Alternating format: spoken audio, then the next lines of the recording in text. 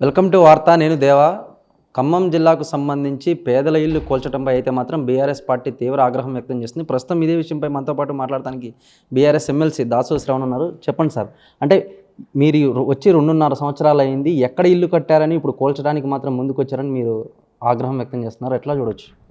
అంటే మీకు కూడా స్పష్టంగా కనబడతా ఉంది కదా, ఈ ప్రభుత్వం అధికారంలోకి వచ్చిన తర్వాత రావడానికి ముందు మేము ఇందిరమ్మ ఇల్లు కడతాము, లేకపోతే ప్రతి ఇంటికి 5 లక్షల రూపాయలు ఇస్తాము, ప్రతి ఇల్లు లేని వాడికి ఇండ్లు కట్టిస్తామని చెప్పని ప్రజాపాలన పేరు మీద పెద్ద ఎత్తున వాళ్ళు అప్లికేషన్లు తీసుకున్నారు. ఆ అప్లికేషన్లని గంగపాలు చేసిండ్రు. ఇవాళ ఇండ్లు కట్టియకపోగా ఉన్న ఇండ్లను దుర్మార్గమైనటువంటి ఒక రీతిలో ఒక విధ్వంసభరితమైనటువంటి ఒక మనస్తత్వంతో కూల్చివేస్తూ ఉన్నారు. ఇట్లెట్లా కూలుస్తారు అన్నటువంటి వాళ్ళపైన లాఠీలు జలిపిస్తున్నటువంటి ఒక దుర్మార్గమైన పాశవిక ప్రభుత్వం ఇది. మీరు లగచర్లలో అల్లుడికి ఫార్మా సిటీ కట్టియాలని చెప్పనైనా సరే, లేకపోతే వెలుగుమట్టలో ఖమ్మంలో జరిగినటువంటి ఒక పరిస్థితి అయినా సరే, వరంగల్లో భద్రకాళి అమ్మవారి గుడి దగ్గర మాదిగల ఇండ్లు కూల్చాలని చెప్పని చేసిన ప్రయత్నమైనా, లేకపోతే మహాత్మా గాంధీ స్టాచ్యూ పేరు మీద దాదాపు మూసీ నది పరివాహక ప్రాంతంలో 1,500,000 ఇండ్లను కూల్చివేయాలనే ప్రయత్నమైన, ఇదంతా కూడా వీళ్ళు కట్టడానికి రాలేదు, కూల్చడానికే వచ్చినట్టుగా గాథ కింద పందికొక్కులు లెక్క ఒక పక్కన కూల్చివేతలు, మరో పక్కన దోపిడీలు, ఇష్టం వచ్చినటువంటి ఒక విచ్చలవిడి అవినీతికి పాల్పడుతూ ఇవాళ ఒక దోపిడీ వ్యవస్థకి ఇవాళ స్వీకారం చుడుతున్నటువంటి ఒక పరిస్థితి. 5,000 కోట్లు పెట్టి మహాత్మా గాంధీ విగ్రహం కట్టాలా అని చెప్పని అంటాడు. అసలు మహాత్మా గాంధీ చెప్పిండు నా విగ్రహాలు కట్టవలసిన అవసరం లేదని చెప్పిండు. అది కూడా మహాత్మా గాంధీ మనవడు తుషార్ గాంధీ కూడా చెప్పినాడు. మొన్న గాంధీ గారు ఉంటే పాపం ఏడుస్తాడు, ఇటువంటి ఒక దుర్మార్గమైన చర్యలకు పాల్పడుతున్న ఈ ప్రభుత్వం ఆయన పేరు మీద వేల కోట్ల రూపాయలు దండుకోవడం కోసం విగ్రహం పేరు మీద ఇవాళ పేదల ఇళ్ళు, మధ్యతరగతుల ఇళ్ళు కూల్చొద్దు అని చెప్పినటువంటి ఒక పరిస్థితి. ఇవాళ కేవలం రియల్ ఎస్టేట్ వ్యాపారం కోసం, లేకపోతే కమిషన్ల కోసం, డబ్బులు దండుకోవడం కోసం మాత్రమే ఈ ప్రభుత్వం ఈ రకమైనటువంటి ఒక చిల్లర ప్రయత్నానికి పాల్పడుతూ ఉంది. దీన్ని బీఆర్ఎస్ పార్టీ నిశ్చితంగా ప్రశ్నిస్తూ ఉంది. వెలుగుమట్టలో జరిగిన ఉదంతమైనా, లేకపోతే లగచర్లో జరిగిన ఉదంతమైనా, లేకపోతే మూసీలో ఇప్పుడు జరుగుతున్నటువంటి ఒక ఉదంతమైనా, వీటన్నిటిని కూడా ఎక్కడికక్కడ ఒక బాధ్యత కలిగినటువంటి ఒక పార్టీగా, బాధ్యత కలిగినటువంటి ఒక నాయకుడి నేతృత్వంలో నడుస్తున్నటువంటి ఒక సైనికులుగా బీఆర్ఎస్ పార్టీ కార్యకర్తలు, నాయకులు అందరూ కూడా వీటిని ఎక్కడికక్కడ ఎత్తి చూపుతూ ఉన్నారు. కాకపోతే ఏంటంటే ఈ ప్రభుత్వం దున్నపోతు మీద నీళ్లు పడ్డట్టుగా వ్యవహరిస్తూ ఉంది. మీరు అడిగేది అడగండి, మేము చేసేది చేస్తాం, మేము మాత్రం దోచుక తింటామని చెప్పని గద్దల లెక్క ఇవాళ దోచుక తింటూ ఉన్నారు. కానీ ప్రజలన్నీ కూడా గమనిస్తున్నారు, ఈ పాపం ఊరికే పోదు. ఎందుకంటే పేదోడి ఇల్లు, మధ్యతరగతోడి ఇల్లు అనేటువంటిది కళ, ఒక సమిష్టి కళ. ఆ ఇంట్లో ఉన్నటువంటి ఒక తల్లిదండ్రులు, పిల్లలు, భార్య అందరూ సమిష్టిగా కళలు కంటే కట్టుకునేటువంటి ఒక గూడు, ఒక పిచ్చుక కనుక గూడు ఎట్లా కట్టుకుంటుందో పేదోడు మధ్యతరగతోడు కూడా గట్లే గూడు కట్టుకుంటాడు. ఆ గూడును కూల్చే హక్కు నీకు ఎక్కడిది? ఆ గూడును కూల్చే హక్కు నీకు ఎక్కడిది? అంటే ములుగు నిర్వాసితులకు మొన్న BRS party working president KTR rally నిర్వహించారు. ఇది ఒక పబ్లిక్ స్టంటే అని మాత్రం ఎంపీ చామల చెప్తున్నాడు. సరే, చామల ఆయన పెద్ద మనిషి కదా, బాగా డబ్బులున్న ఆయన, 50 కోట్ల విల్లాలో ఉంటాడు ఆయన, బాగా డబ్బులున్న వాళ్ళు కాబట్టి పేదోడి బాధ ఆయనకు అర్థమవుతుందని నేను అనుకోవట్లేను. మీరు సాటి మనిషి యొక్క బాధను అర్థం చేసుకునే వాళ్ళు నాయకులే గారు. నేను శ్యామల కిరణ్ అయినా, లేకపోతే రేవంత్ రెడ్డి అయినా, లేకపోతే ఈ విధ్వంసానికి పాల్పడుతున్న పొంగులేటి శ్రీనివాసరెడ్డి అయినా, ఎవరైనా సరే, మీరు అధికారం మీకు కట్టబెట్టింది కట్టడానికి, ప్రజల జీవితాలు నిలబెట్టడానికి, కానీ వాళ్ళ జీవితాలు కూల్చడానికో, వాళ్ళు కష్టపడి కట్టుకున్నటువంటి ఒక రక్తం చెమటను ఓడ్చి కట్టుకున్నటువంటి ఒక ఇండ్లను కూల్చడానికి కాదు. ఇది మానవ ధర్మానికి వ్యతిరేకం. మీరు కేటీఆర్ గారైనా, హరీష్ రావు గారైనా, లేకపోతే బీఆర్ఎస్ పార్టీ కార్యకర్తలైనా ఈ బాధితుల పక్షాన పోరాటం చేస్తే అది మీకు స్టంట్గా కనబడుతుంది. మరి మీరు చేసేది ఏంది? మేము బాధితుల పక్షాన నిలబడి ఈ దుశ్చర్యలను ఆపండి, ఈ కూల్చివేతలను ఆపండి అంటే బీఆర్ఎస్ పార్టీ స్టంట్ చేస్తుంది. మరి మీ కూల్చివేతలను ఏమన్నా దాన్ని కూడా పేరు పెట్టాలి కదా. ఇది స్టంటే అనుకుందాం.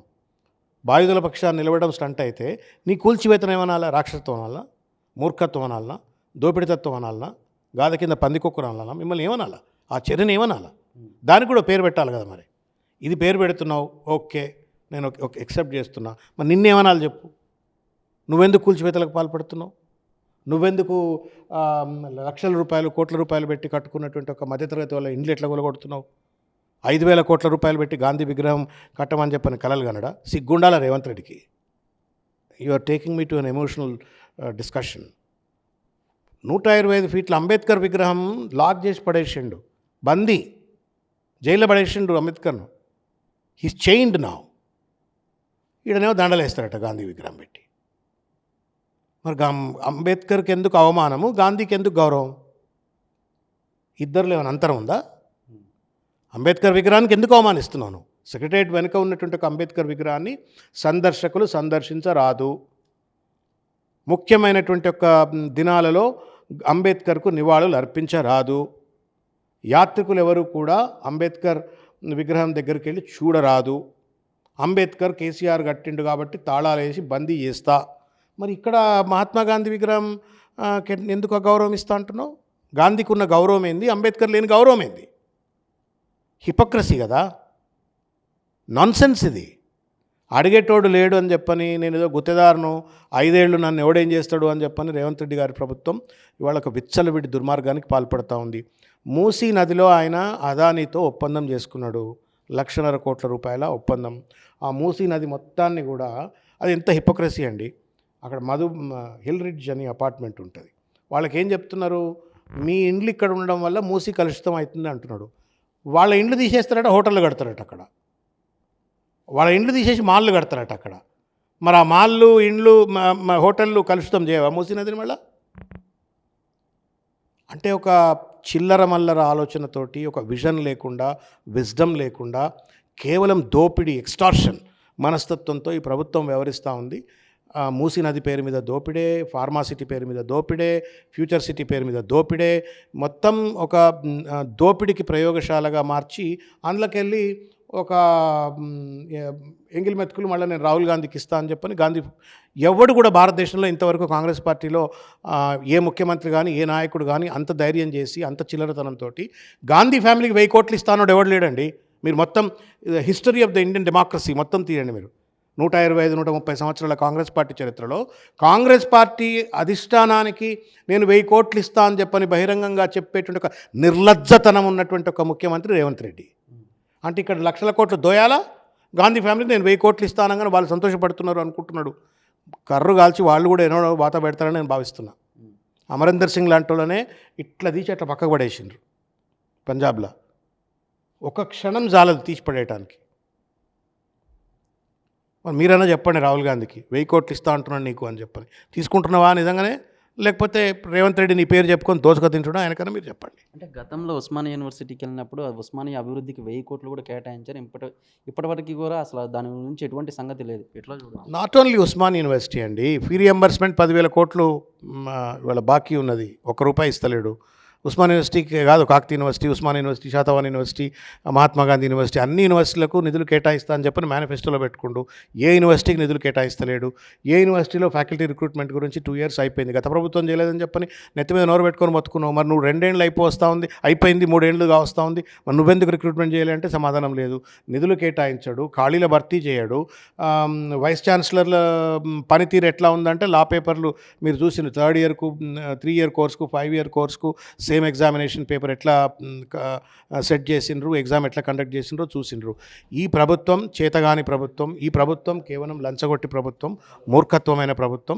దీనికి కర్రు కాల్చి తప్పనిసరిగా వాత పెట్టవలసిన అవసరం ఉంది. అంటే నాగర్ కర్నూలు జిల్లా కుమ్మరి ఘటనకు సంబంధించి కూడా బీఆర్ఎస్ పార్టీ రాజకీయంగానే దీన్ని కూడా పసిపాప నృతిని కూడా రాజకీయంగా వాడుకుంటుందని ఆరోపిస్తుంది. కుమ్మెరది పెద్ద మానవత్వం లేని ఘటన కదండి.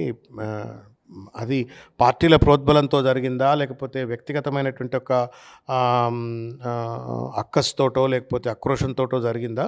మొత్తానికి అది సభ్య సమాజం ఖండించవలసిన ఒక అంశము. తర్వాత మొత్తం మల్లన్న దేవుడికి డబ్బులు పెట్టి దర్శనం చేయించినటువంటి ఒక ఘటన బహుశా తెలంగాణలో ఎక్కడ లేదు. నువ్వు ₹100 టికెట్ ఒడివాడు పెట్టమని చెప్పింది. పేదోడి దగ్గర డబ్బులు లేకపోతే దర్శనం ఇవ్వాలి. నువ్వు అట్లెట్లా అని చెప్పని అడిగితే కులం పేరు పెట్టి తిట్టేటువంటి ఒక అధికారం ఎక్కడిది? రేవంత్ రెడ్డి వచ్చిన తర్వాత దురదృష్టం, కులతత్వం పెరుగుతుంది తెలంగాణ రాష్ట్రంలో. ఉన్నవాడికి లేనివాడికి అంతరం పెరుగుతుంది. చిన్న కులం పెద్ద కులం అని చెప్పని వ్యత్యాసం పెరుగుతుంది. ఇది రేవంత్ రెడ్డి యొక్క దుర్మార్గమైన ఫ్యూడల్ ఆధిపత్య కులతత్వ అహంకారమైనటువంటి ఒక పరిపాలన తీరు ఇవాళ గ్రామాల్లో కూడా కనబడతా ఉంది. అందుకే కుమ్మెర ఇన్సిడెంట్ జరిగింది. అదే ధైర్యంతో ఇవాళ లగచర్లలో అక్కడ ఉన్నటువంటి ఒక లంబాడీ బిడ్డల యొక్క ఇండ్లు కూల్చే ప్రయత్నం చేసిండ్రు. అదే ధైర్యంతో ఇవాళ వెలుగుమట్టలో ఆ పేదోళ్ళ ఇండ్లు కూల్చే ప్రయత్నం చేస్తూ ఉన్నారు. ఒక ఆధిపత్య ధోరణి, ఫ్యూడల్ ధోరణి. ఇంకా మనం అది అడగొద్దు అని అంటే ఈయన అచ్చమైన గురిగా అన్నట్టు మేము అడగొద్దు అని అంటే అన్యాయం అది. చూసారు కదా, మొత్తం మీద కనుక మనం చూసుకున్నట్లయితే కాంగ్రెస్ ప్రభుత్వం అధికారంలోకి వచ్చి 2.5 సంవత్సరాలు పూర్తయినప్పటికీ కూడా అభివృద్ధి మాత్రం శూన్యమని అయితే బీఆర్ఎస్ ఎమ్మెల్సీ దాసోస్ శ్రవణ్ చెప్పుకొచ్చారు. కానీ కార్తీక్తో దేవ వార్త, హైదరాబాద్.